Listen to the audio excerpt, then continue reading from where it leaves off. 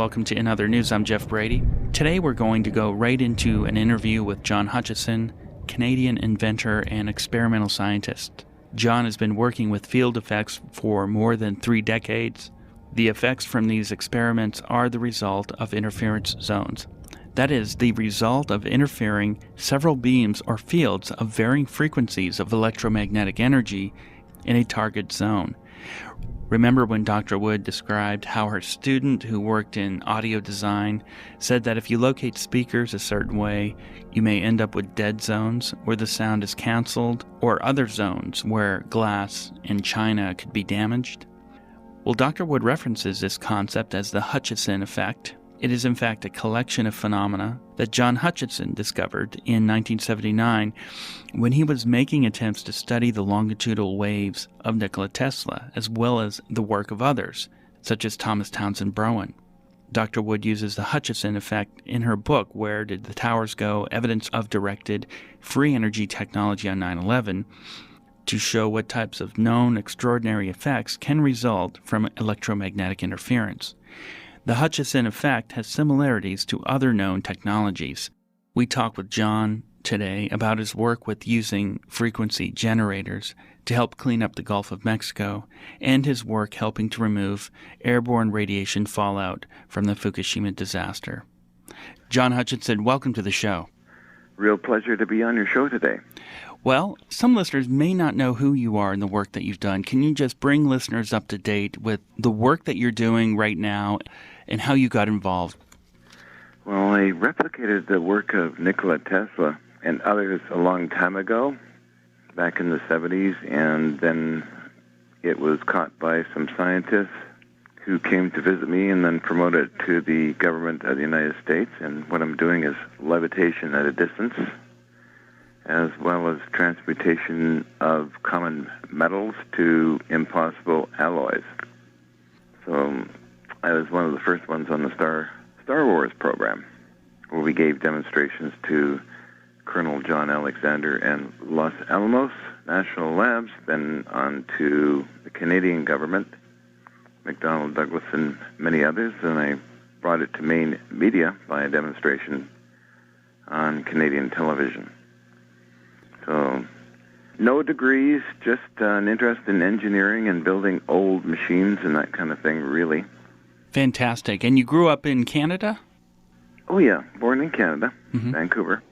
Lived in the mountainside of Canada, North Vancouver, and that's where I built one of my first big, giant laboratories was in North Vancouver. Access to many scrapyards and surplus dealers. And it's one of the most beautiful places. Oh, yeah. You're right in with nature. The junk stores in Chinatown here in New York City had a lot of oscillators and that looked like it was pulled out of someone's laboratory. And and that was back in the 60s here in New York. And I was just thinking to myself, gee, I wonder if that was from, dismantled from Tesla's lab that was on Houston. One would think maybe that's a possibility. It's a possibility. Because so many things wind up in strange places, especially old machines. And I had access to a lot of electrical machinery. Your work with Star Wars, and can you just bring listeners up to speed with the nature of your involvement and what Star Wars was? And at this time, were you a Canadian? Were you living in Canada? Oh, yes. I was living in Canada and was held on Canadian soil. So the U.S. government came up to observe the effects we're doing. What Star Wars was, it's a program that Reagan wanted to set up a shield around the United States to stop incoming missiles and other threats.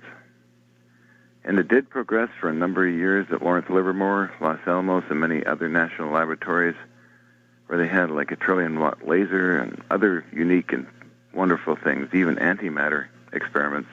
And they were interested in my case because it used little power and there was great effects created up to about 300 feet away. So they came with their own metal samples and video equipment for about 4 months to view what I was doing.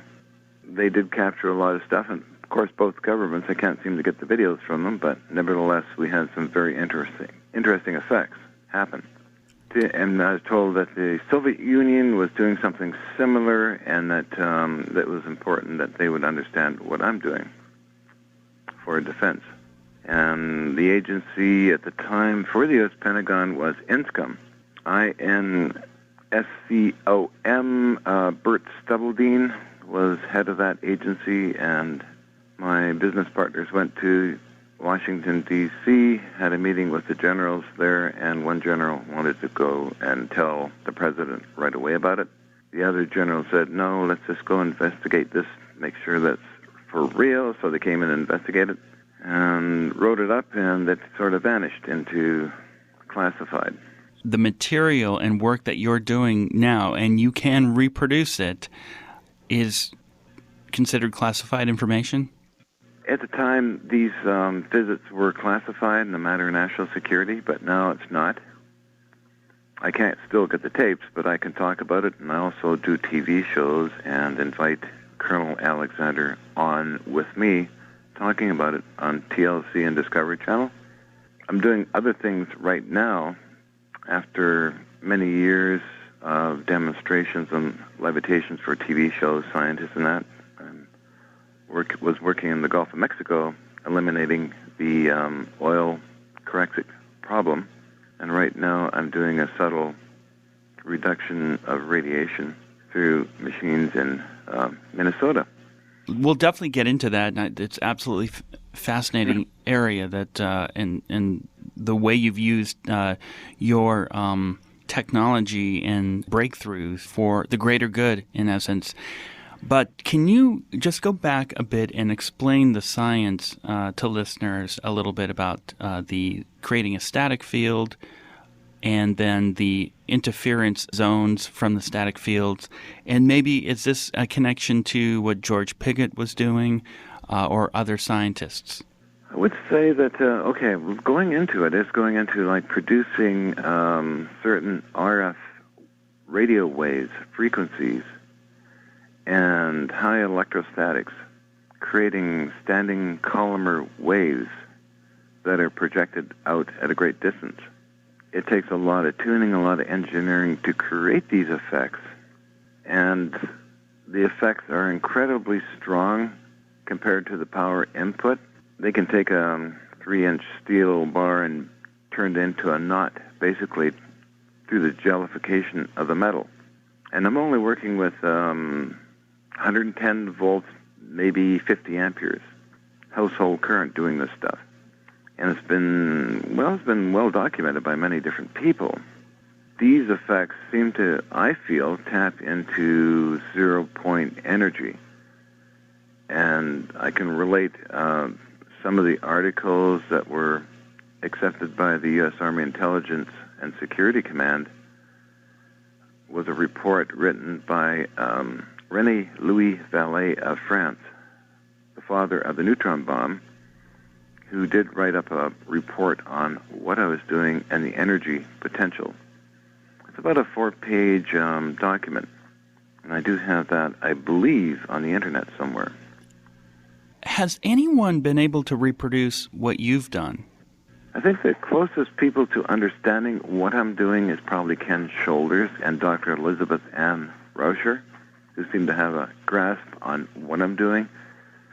They're very well-noted scientists who are quite reclusive, and Ken Shoulders gave a exclusive interview with Nancy last year, and this was published on the internet. So there's a few scientists that understand what I'm doing.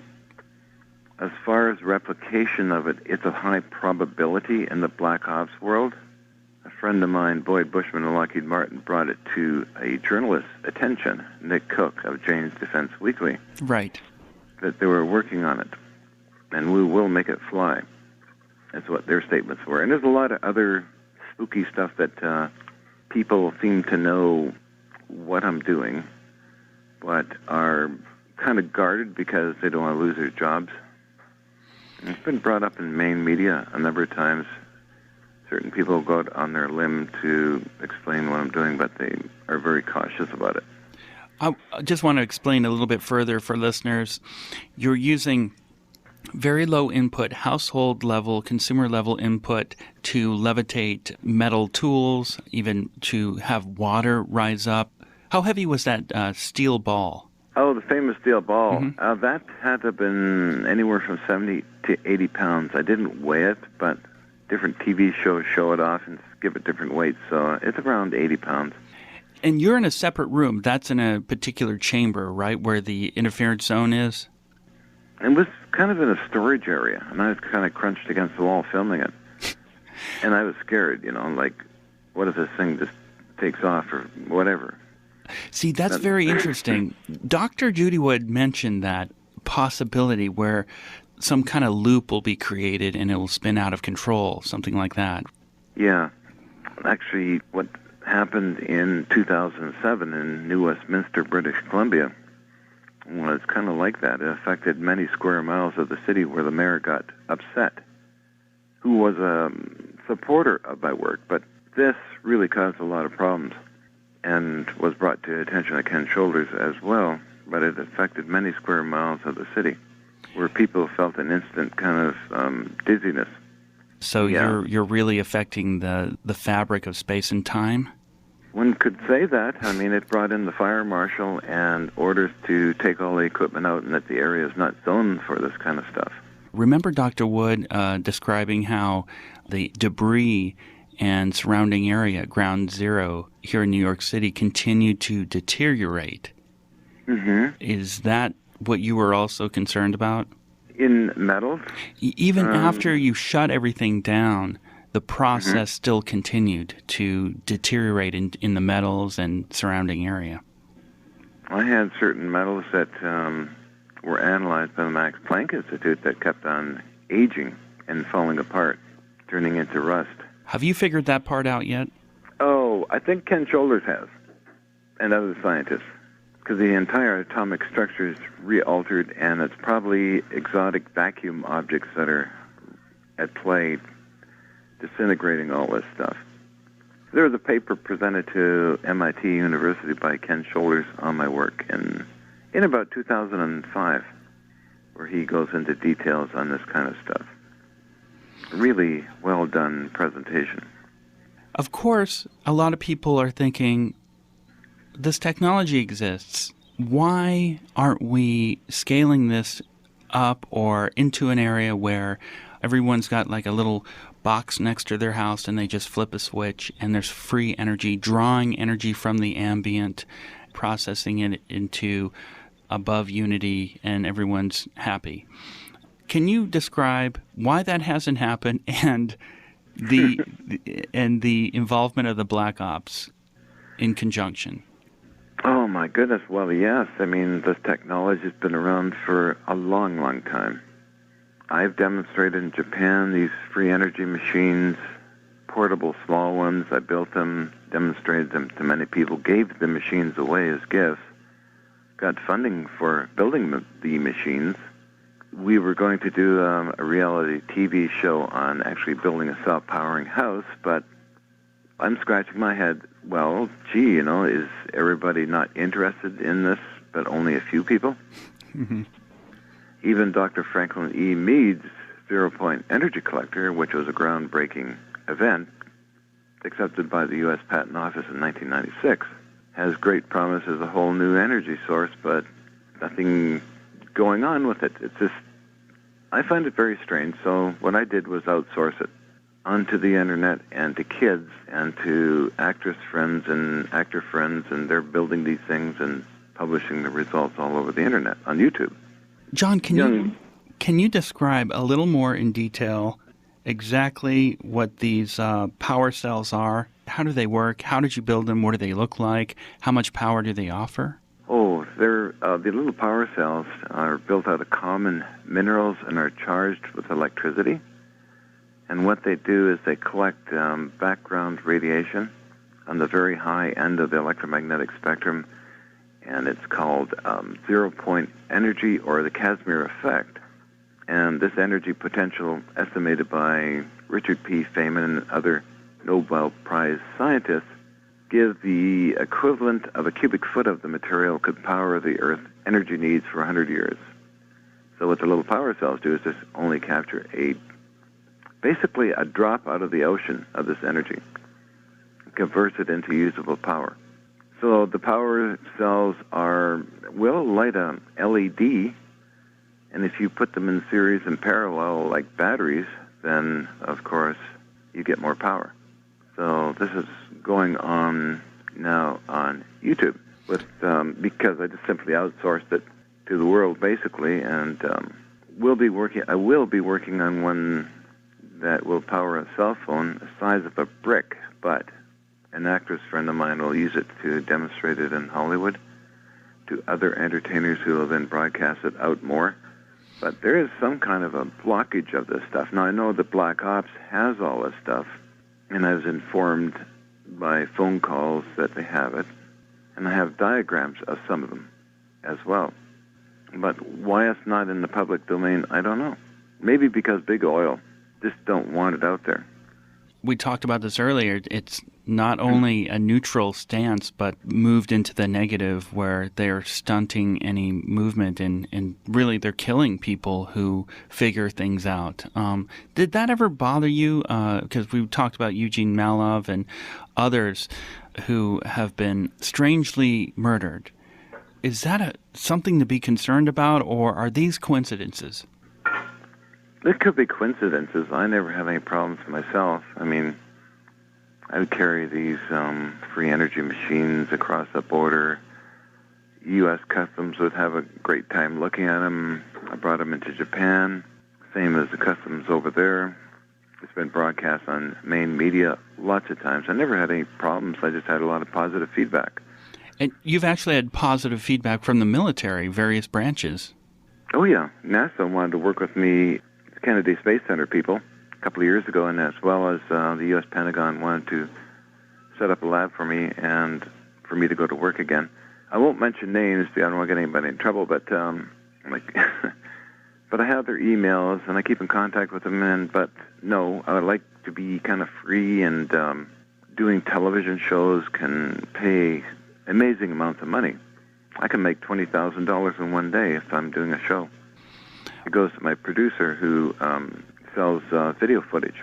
Just finished up one called Thrive, Thrive, and another one called True TV with Jesse Ventura will be airing in January.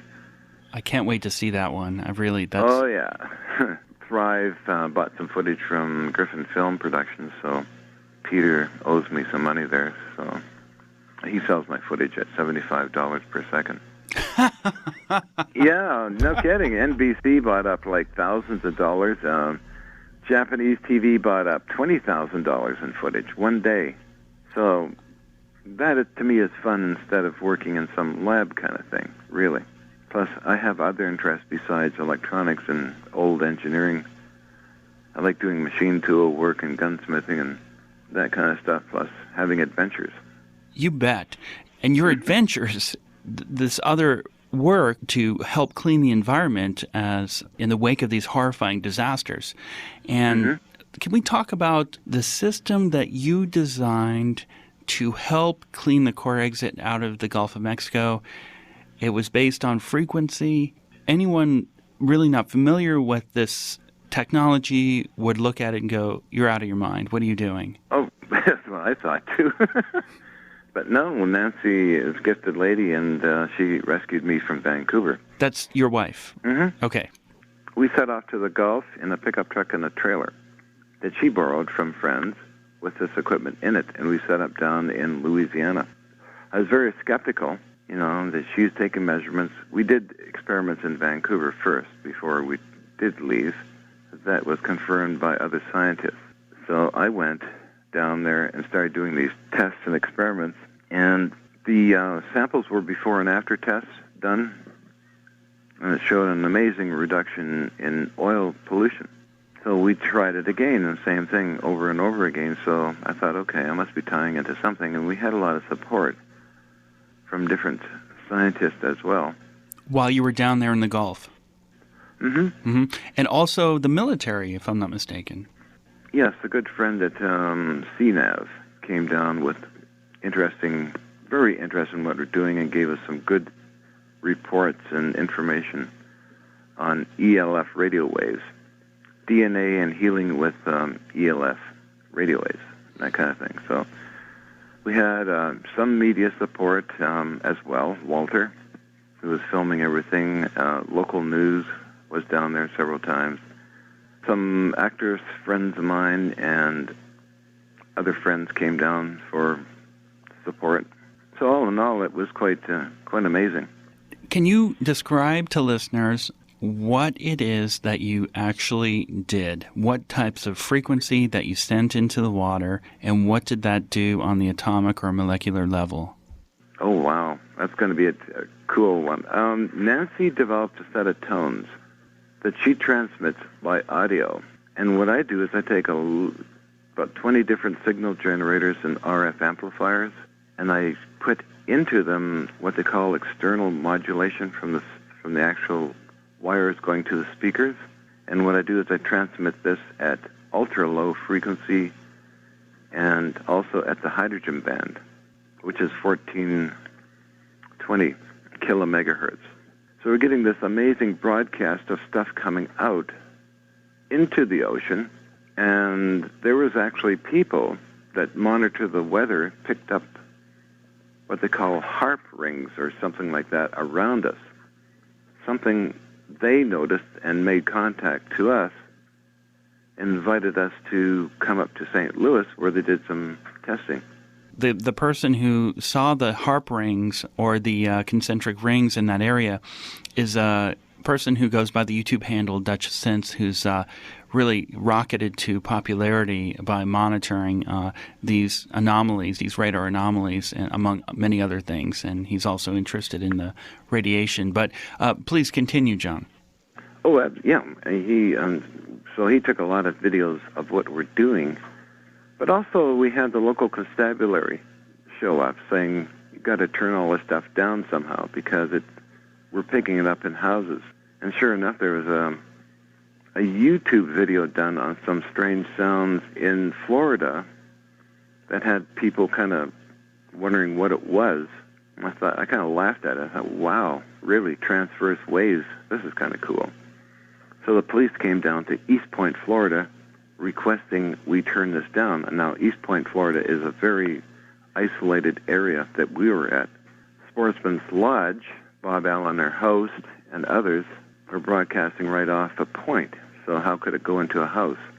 There are no houses around, really, except maybe a couple of miles away. But an anomalous transference of energy? Mm-hmm. No one's certain that the sound waves were affecting that remote area. Well, the police were quite upset over it. But once you stopped, it stopped. Mm-hmm. Okay, gotcha. Exactly. Wow. Yeah. Even as we speak, Nancy has the machines running here, and I can hear it on the telephone line a little bit. I would imagine there would be harmonic resonance within the electrical fields, and any kind of electricity would somehow be affected, I suppose. Yeah. I mean, I can hear it now, too. I don't know if you can hear it. But I can't. You have a really quiet, high-quality landline. But I wanted to ask you about how you were able to measure the cleanup of that particular region of the water, the cleanup of core exit. How did you measure it? Was it a spectrometer? It was actually a team of scientists that take before and after samples, and it was Mobile, Alabama, where the test samples were analyzed for free, actually. He donated a lot of his time. Another scientist measured them also. It was videotaped extensively as well. It shows the actual effects of the water going into standing wave formations, witnesses and observers, and I would say it was pretty impressive. And on-site visitors would mention this and film it as well. So you can see the transformation over, especially Indian Creek, over about a month's time, from heavy pollution, really heavy pollution, to many, many new life forms being formed right in the creek. So that was extensively kind of a control experiment. That's really good to know. Something positive is happening, and it's impressive. You had the support of scientists and others around you, and they don't look at the process as crazy. And it seems like people are becoming open-minded, more open-minded about unconventional approaches to science.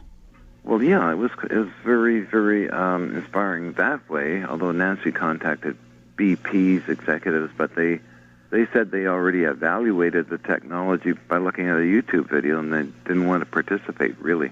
So there are a lot of characters that didn't come down to the Gulf of Mexico or just sort of fluffed it off, kind of like, well, just whatever, crazy people, The other area I wanted to get in before we go to calls, your work in the cleanup of the radiation. Mm-hmm. We're broadcasting on certain, basically, geomagnetic lines of force, and I'm going into the hydrogen band, and we're getting a reduction in radiation here, which I noticed in previous experiments I did a long time ago with people that were very interested in what I was doing. And we're broadcasting out here and getting a reduction in radiation, and eventually we'll be doing this on the West Coast, understanding what radiation is and what it can possibly convert into. Again, I'm using the hydrogen band ELF, which is the same kind of energies I used in the Gulf of Mexico. And results are interesting. It's been a significant drop in radiation. It's been monitored by Nancy's friends down in the Twin Cities who are into politics and that kind of thing, environmental issues. Right. And just so listeners know, John is apolitical. He maintains a neutral stance on a lot of these political issues, I suspect, to maintain a focus and not be so distracted. Basically, yes. As I mentioned before, I got other projects I'm doing. I'm building a cannon right now, which is kind of fun. Got to keep busy. Oh, a conventional weaponry? Yep. Big old black powder cannon. I'm into antique firearms and machine tools, so that's my main interest. But I guess you'd say I'm quite versatile. John Hutchison, we're going to take a break right now, and we're going to open the lines for phone calls. Are you ready to take calls? Absolutely. Let's do it. Let's do it. Okay, callers, if you have a question or comment for John, please call us at 212-209-2900. And we'll be right back after this break.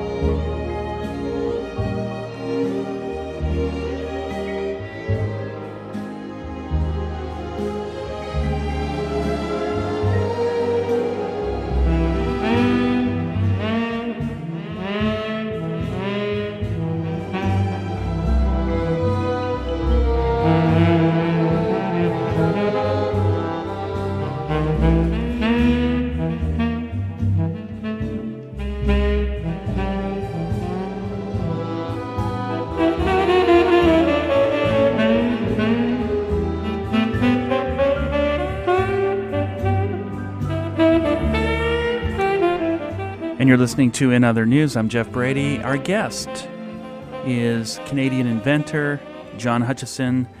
We're going to go to phone calls. John, you ready? Absolutely, for sure. We're going to go to Ed in Queens, I believe. Ed, go ahead. Yeah, how you doing, Jeff? Good. Yeah, how you doing, Mr. Hutchison? We met a long time ago. I don't know if you remember. I was in the military during the Reagan administration, and I was a lower private involved with monitoring and bringing some of the equipment for some of your work. It was really impressive to see some of the demonstrations and some of the videos, and a lot of people are still big supporters of you on the down low. Ed, how long ago was this? This was back in the 80s. I can't really say too much because some things I signed and that won't allow me to really get too deep, but it was back in the 80s. It was in the 80s. Right. And basically, I've even tinkered with some, as an amateur scientist, with some of your stuff on the internet and some of the stuff I remember. And some of it does work. I even built a small generator to charge a cell phone with the ether and some of the transmitters and diodes that I think it was your design. It's a circuit that you can build and use a wire, and it has like 2 transistors and 2 triac diodes, and it actually pulls energy from the air. The only thing that concerns me is, I know you're apolitical, but a lot of your work has the potential, because it's more art than science, a lot of it, and it has the potential to really spiral out of control, because a lot of your stuff, I believe, is basically fooling around with the fundamental construction of the universe.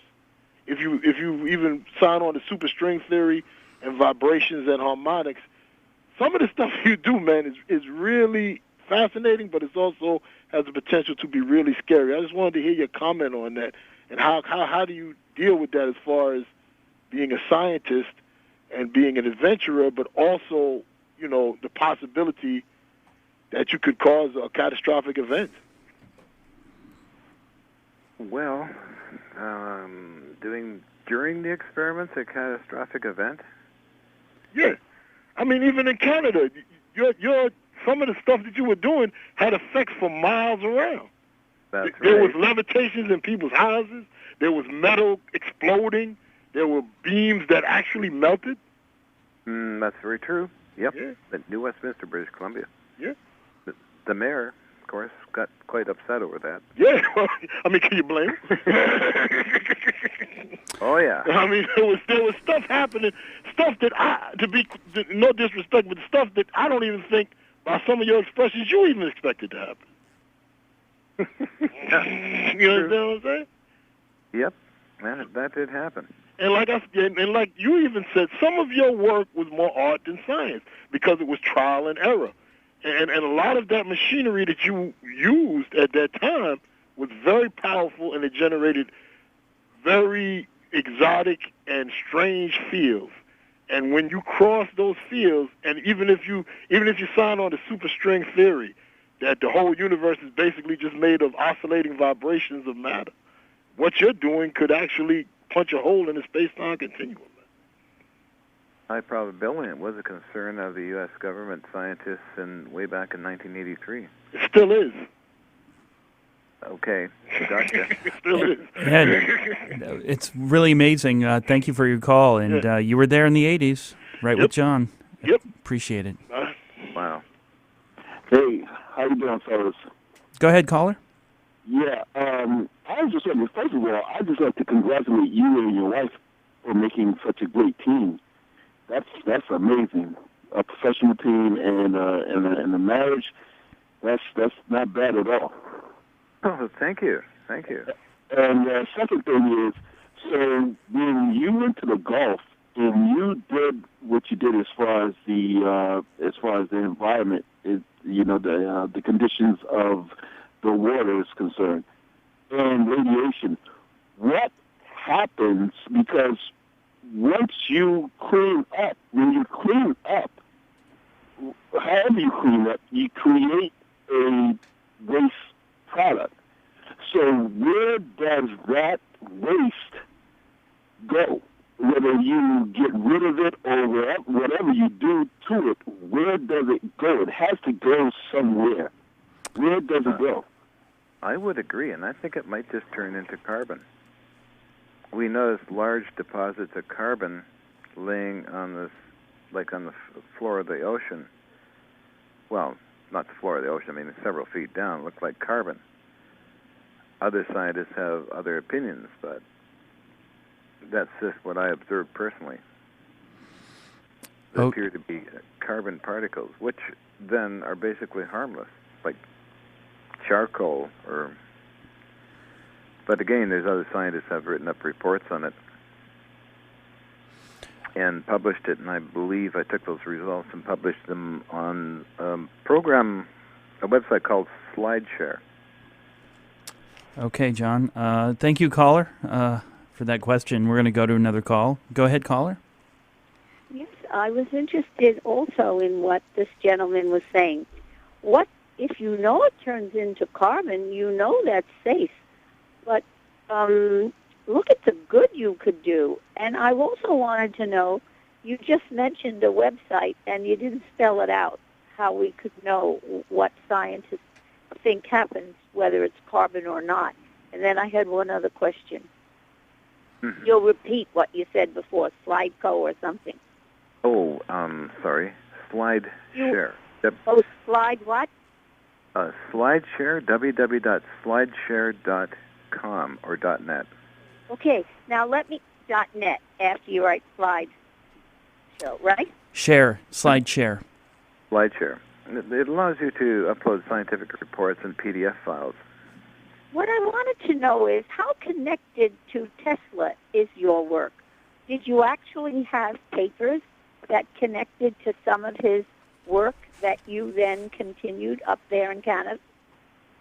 Well, I got interested in Tesla through being a historian. I got interested and rebuilt most of his laboratory with the help of a lot of scrap dealers in Vancouver. Can one see that? Do you have a record of that? It's all notarized by the scientists and news media. I think you ought to continue if you say it can dissolve those terrible particles in the Gulf, as well as the way you say people are buying this. I think that's good. But I wish you wouldn't do your cannons. You remind me of my great hero, Descartes. And when he did all the trajectories of the weaponry, I lost my love of his character. But I don't want to do that with you, because you sound like you don't really want to use them for war making. You're interested from a scientific point of view. Well, basically, no. I'm into machine tools and cannons. Well, I like that. But instead of the ball of steel, you can have balls of the other things you make. And just think of the good you could do, and Hutchison will be known the way Descartes was known. Wouldn't you love that? Well, I'm just a human being, just like He you. was just a human being, but I want to see your stuff do good, and it's fascinating, and thank you. Oh, thank you very kindly. Thank you, caller. And we'll go to another call. Hi, you're on the air with John Hutchison. How you doing? Is that me? Yes, it is. Yes, hi. It's a great show, great topic, and obviously an interesting guest. Let me ask you, don't you think it's just a shame that so many more of us aren't doing all kinds of stuff like this? We're living such mundane existences when we just have the potential to do all of it, whatever all of it means, right? Your creative talents, your creative drive that you want to do.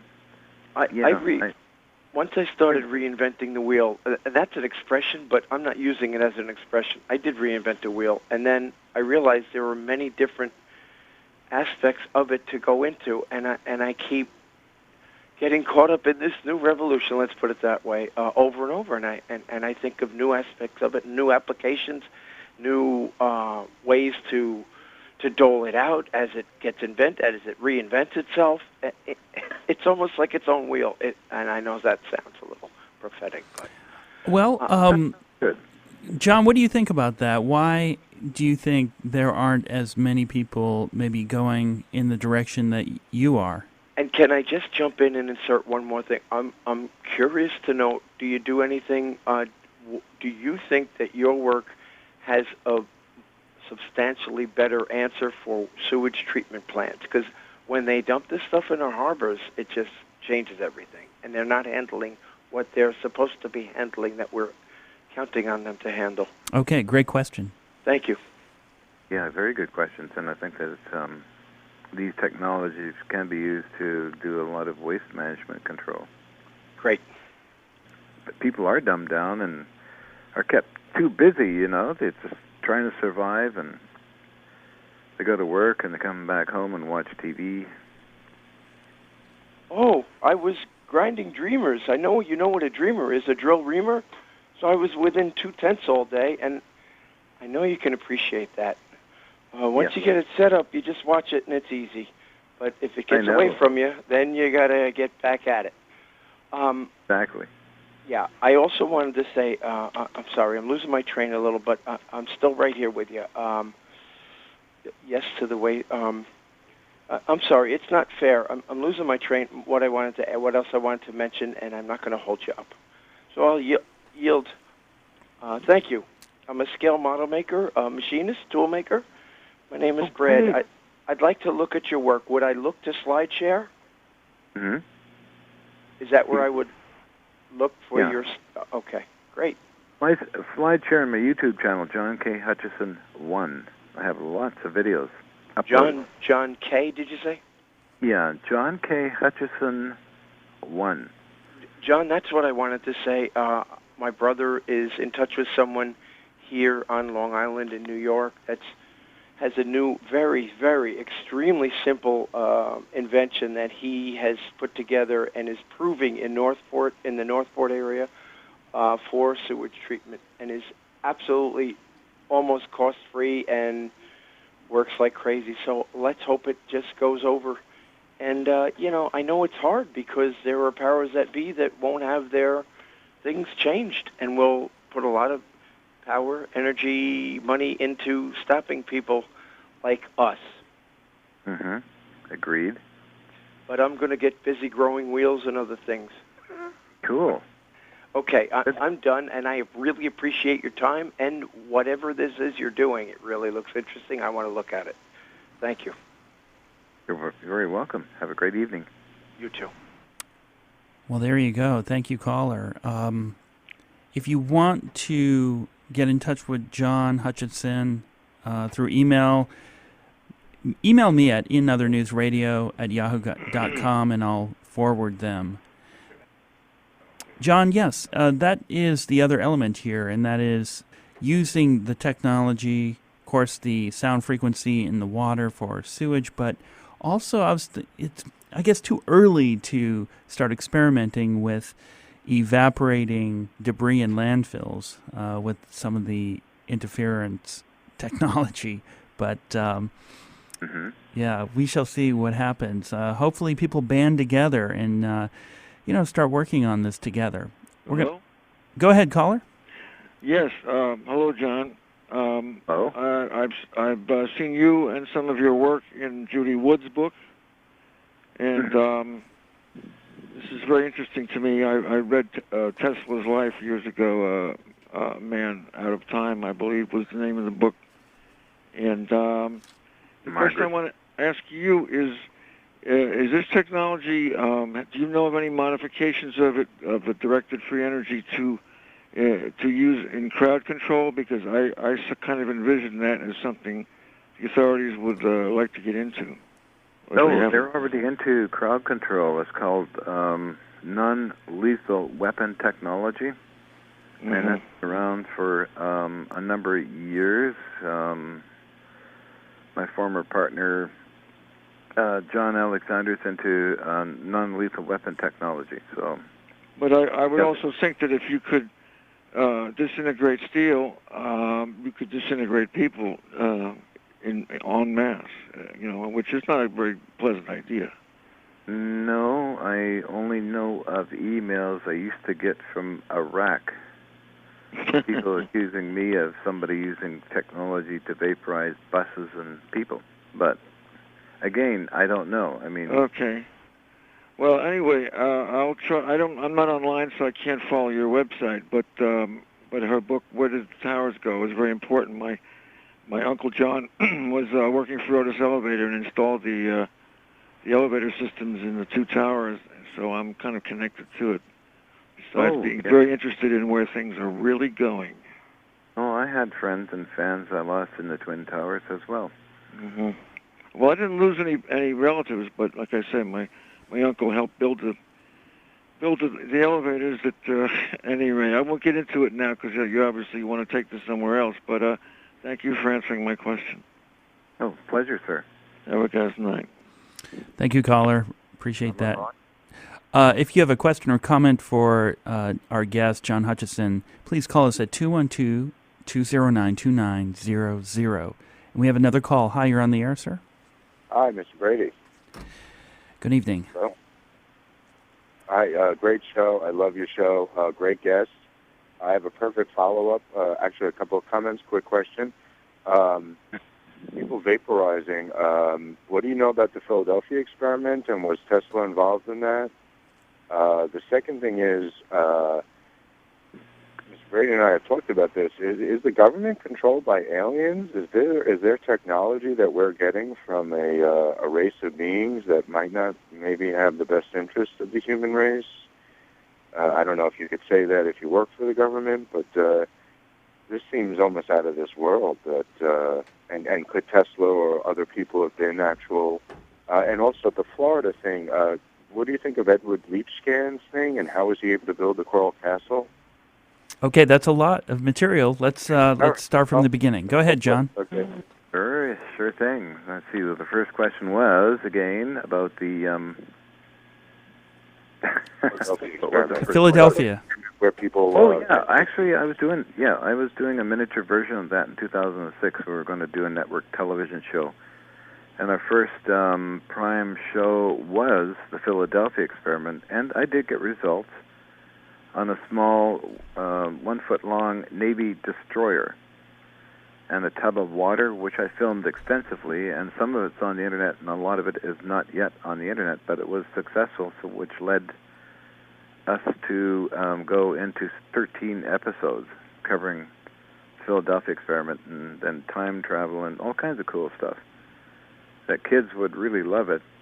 The young generation would really like it. So, but again, Hollywood, they always say something, and sometimes you hear back from them, sometimes you don't. Just one of those things. Was that a Hollywood story, or really people were transported into the future? Some people welded against the metal, and the experiment went awry, and Tesla was involved in this? No, Tesla, I don't know if he was involved in that. Of course, that was 1940s, I believe, and Tesla would have been very old or passed away already, so...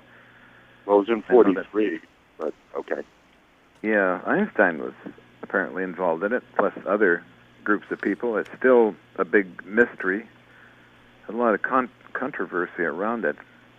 But I had fun doing my own little Philadelphia experiment in my apartment, which it worked. And it's on the internet somewhere, some of the footage. All right. In terms of government technology from aliens, there you go. A super race of beings that are possibly giving us a lot of technology. I have no idea on that issue with the aliens. A lot of people say the aliens give out technology. I don't know. I'm starting to wonder about politicians around the world, how crazy they act. To me, it's like some kind of strange behavior pattern. But I don't know about aliens. Edward Leachskan's Coral Castle, how was he able to levitate some of these huge ton bricks or ton, Yeah, really, really cool history there. I get a lot of emails about that. And he was into radio physics as well. Oh, I didn't know that. Wow. Oh, yeah, there's a small museum of him and his radio gear, and it's only bits and pieces of it, but I recognize the components. And it would have been 4-pin triode vacuum tubes he was using at the time, plus certain generators and that kind of thing. But other than that, it's under debate, and nobody really knows. But there are case histories of people levitating things with their mind, and that actually is in the McDonnell Douglas group of scientists that explore all that area. Caller, thank you very much for those calls. In Dr. Wood's book, she writes about the Coral Castle. It's estimated that 1,000 tons of coral rock were used in the construction of the walls and towers. And he raised an obelisk that weighed 28 tons. And this guy wasn't a very big person either. He was not very tall, just medium built. Incredible. We got another call. Hi, you're on the air with John Hutchison. Great show as usual, Jeff. Thanks. A question, Mr. Hutchison. What are the Russians or Chinese doing about this type of stuff? over the years? Oh, okay. The Russians, when I was working with U.S. government folks, they indicated that they felt that the Russians were doing something similar to me, so my cooperation in working with the U.S. Army Intelligence and Security Command people was very, very important. So the Soviets are quite ahead in Teslan kind of technology. Chinese folks, I don't know. I don't know what they're doing. And the history of our country, these things always seem to wind up into god-awful weapons. Anything you can tell us about? I mean, I can't imagine Dick Cheney looking for a benevolent use of this, if you will. Dick Cheney, what was the other? Donald Rumsfeld. Rumsfeld, Most too. of them might work as well. I don't know if Dick, well, they probably all do, but yeah, some of these guys are kind of creepy, you know what I mean? On a good day. What would Tesla be doing right now with this stuff? I mean, I remember I'm reading when Morgan turned him down when he said that the energy was for free. Mm-hmm. I mean, if I'm an oil guy or these other criminals, if you will, or these gas frackers, man, I wish we had 10 bodyguards around you at this point, because they're not going to like this. Just don't entertain negative energy. That's what I think. Okay. Just treat people with positive energy, and everything's cool. I've never had any problems with anybody, really. Well, thank you for your work in government one time or twice, but. Oh, really, John? Your work, sir. Yeah. Mm-hmm. Thank you, caller. Thank you very much. So you've had a little bit of trouble, but essentially, I guess you're saying be positive, and the interaction with maybe these oil corporations or natural gas corporations, make it a positive experience, right? Yeah, I mean, I've met so many different people from all walks of life, and I always like to respond in a positive fashion, and people basically are all human, you know, whoever they are, and they like positive stuff and happy things. Negative stuff, I don't know, some people get locked into it, but as I said, my biggest fan owns their own country. Very. I got you. Okay, we got a caller on the line. Hi, caller. Go ahead. Yes, I'm curious. Are you able to give an overview of what you are talking about, what you do, and along with contact information before you close? Oh, me? Yes, an overview. You know, like a 30-second, 45-second overview of what you are saying that you're doing or can do, along with contact information. Thank you. Well, luckily, I get a lot of daily requests for information, overviews, and that kind of thing. So what I've done is put everything, for a number of years on the Internet. So I have all kinds of different things on YouTube, my YouTube channel. I don't like to brag about myself too much. And I don't know, how do you do an overview on yourself in 30 seconds or less? I don't know. Okay, we got another call. Hi, you're on the air. Good evening. I'm very interested in this conversation. We lost him? We lost the caller, I think. We lost the caller. Caller, if you want to call back, 212-209-2900 to talk with our guest, John Hutchison.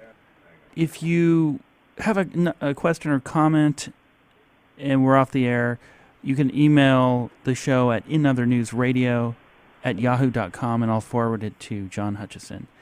We got another caller. Hi, you're on the air? Yes, hi, John. My name is Steve. Studying your technology, have you done any experimentation at all to act as a counter to some of these extremely dangerous microorganisms that are out there, especially when one thinks that one of the greatest threats to the world is a pandemic? If you've done anything along those lines to counter even an anthrax attack or something like that. Good question. I know the frequencies are used for healing, yes. There's a lot of papers on this area in electrotherapeutics. and a pandemic, I'm sure could be handled through some type of RF intervention. I'm guessing at that, right now. Right. But you've not done any direct experimentation yourself? No. Uh-huh. Do you have any plans? Beg pardon? Do you have any plans for the future of looking into that in more depth? I mean, you have such a phenomenal mind and how it works and some of these things that you've created do an awful lot of good for mankind.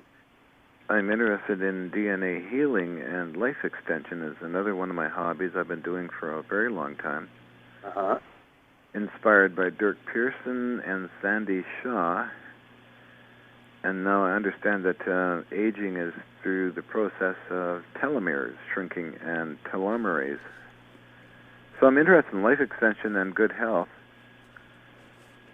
as well as thinking about how to stop diseases.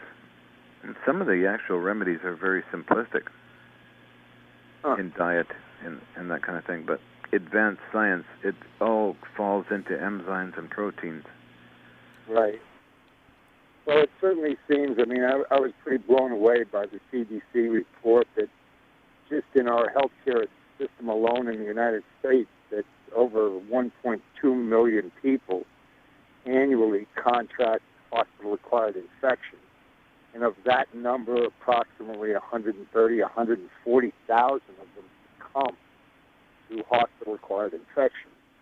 And right now, the only counters they have to it are pretty severe chemicals to be used in cleaning and disinfecting that I think probably at the end result do more harm than they do good, countering things like this. I agree with you on that. I studied certain tribes over in different countries that live to be 150 years old, and their diets are rather simplistic, no stress. They're sexually active till 100 or 120 years old. Oh, my goodness.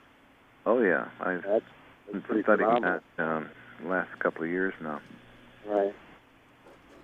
Well, just a seed, maybe a little food for thought. And I thank you very much for your efforts and everything that you're doing that seems to be having a tremendous impact in a positive way on mankind. It's very cool. And keep on doing what you're doing. And by all means, stay diversified and keep building your cannon. That's cool, too. I like to hear the big booms once in a while on the 4th of July as well. Yeah, it's kind of fun, Yeah, I'm sure it is. All right, thank you so much. Bye-bye. Real. You got to have fun sometimes, John, Oh, you always got to have fun. Well, listen, we've run out of time, John, and I just want to say thank you. And that last caller really discussed and had a great question about frequency and disease, airborne disease, and things like that. Yeah. So I'd like to have you back on, and maybe back on with your wife as well, because she's just as amazing, and you guys are the dynamic duo now. Why, thank you. Well, we are, and Nancy would be very happy to be on your show. John Hutchison, Canadian inventor and experimental scientist, thank you so much for being on In Other News. Real honor to be on your show, sir. Have a great night.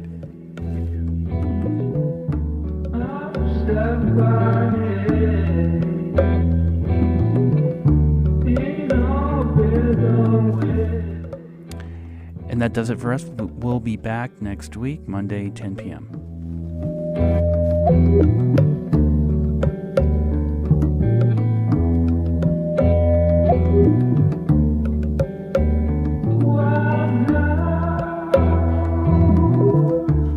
And it is 11 p.m. You're tuned to listener-sponsored, non-commercial WBAI in New York, 99.5 FM, WBAI.org on the World Wide Web.